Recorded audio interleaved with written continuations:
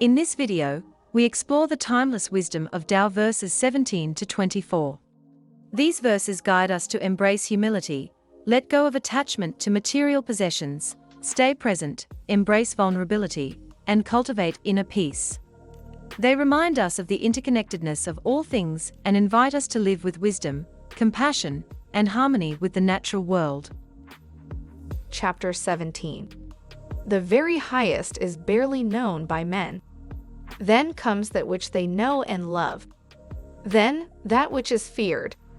Then that which is despised. He who does not trust enough will not be trusted when actions are performed. Without unnecessary speech, people say, "We did it." Chapter 18. When the great Tao is forgotten, kindness and morality arise. When wisdom and intelligence are born, the great pretense begins. When there is no peace within the family, filial piety and devotion arise. When the country is confused and in chaos, loyal ministers appear. Chapter 19. Give up sainthood, renounce wisdom, and it will be 100 times better for everyone. Give up kindness, renounce morality, and men will rediscover filial piety and love. Give up ingenuity, renounce profit, and bandits and thieves will disappear.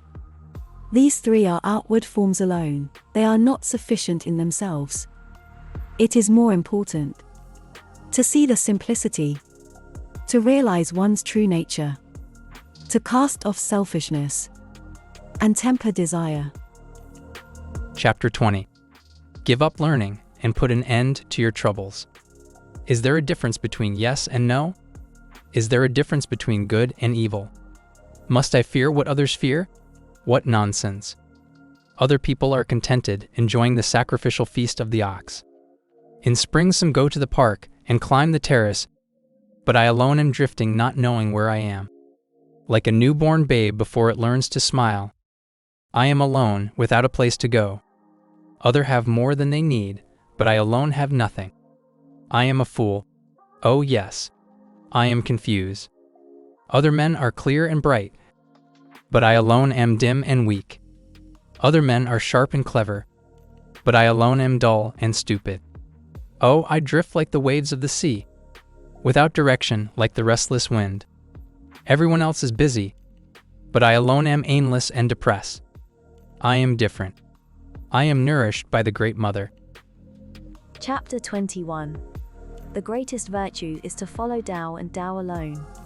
The Tao is elusive and intangible. Oh, it is intangible and elusive, and yet within is image. Oh, it is elusive and intangible, and yet within is form. Oh, it is dim and dark, and yet within is essence. This essence is very real, and therein lies faith. From the very beginning until now, its name has never been forgotten. Thus I perceive the creation. How do I know the ways of creation? Because of this. Chapter 22. Yield and overcome. Bend and be straight. Empty and be full. Wear out and be new. Have little and gain. Have much and be confused. Therefore wise men embrace the one, and set an example to all. Not putting on a display, they shine forth. Not justifying themselves, they are distinguished.